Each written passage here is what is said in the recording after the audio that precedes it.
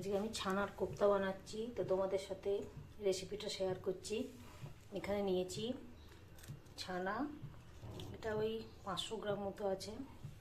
আর এখানে ময়দা, শুকনো লঙ্কা আর চিনি আছে হাফ চামচ, আর জিরে 1 চামচ, আর ধনে হাফ চামচ, আর অল্প একটু নুন।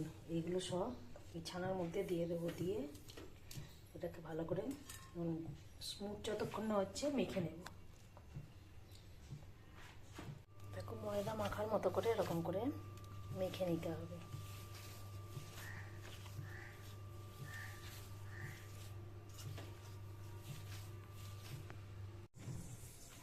দেখো, এগুলো এরকম বলের আকারে করে নিয়েছি প্রথমে। তারপরে আমি কিন্তু একটু চ্যাপটা চ্যাপটা করে দিয়েছি, কারণ আমার মনে হয় এইগুলোতেই ভাজতে সুবিধে হয়। চলো, কড়াই সাদা তেল দিয়ে দিয়েছি, এবারে এগুলো ভেজে নিই।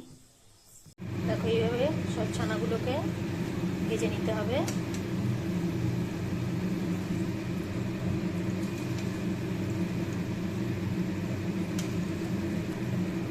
তো আমার সব ছানার ইয়েগুলো ভাজা হয়ে গেছে।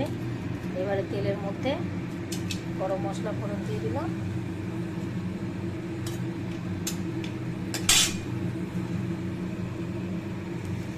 একটু গোটা জিরে দিয়ে দিলাম, আর একটা মশলার পেস্ট করে রেখেছিলাম, এতে আছে জিরে, লঙ্কা আর হলুদ আর আদা। এইটা আবার এখানে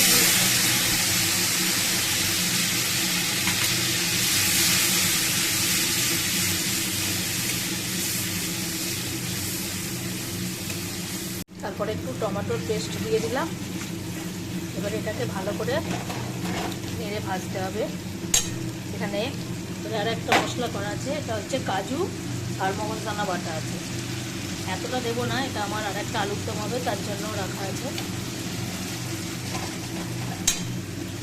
এবার এই মশলাটাও আমি কিছুটা এতে দিয়ে দিচ্ছি।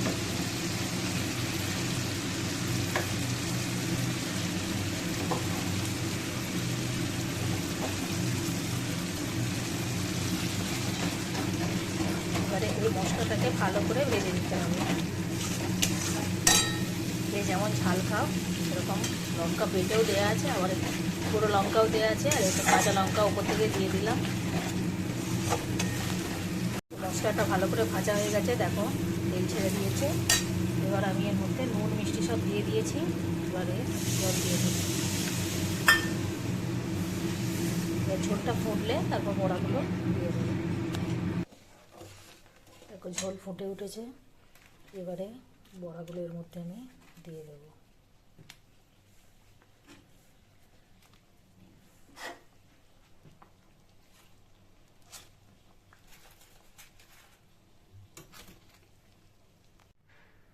এবারে উপর দিয়ে একটু ঘি আর একটু গরম মশলা দিয়ে দিলাম।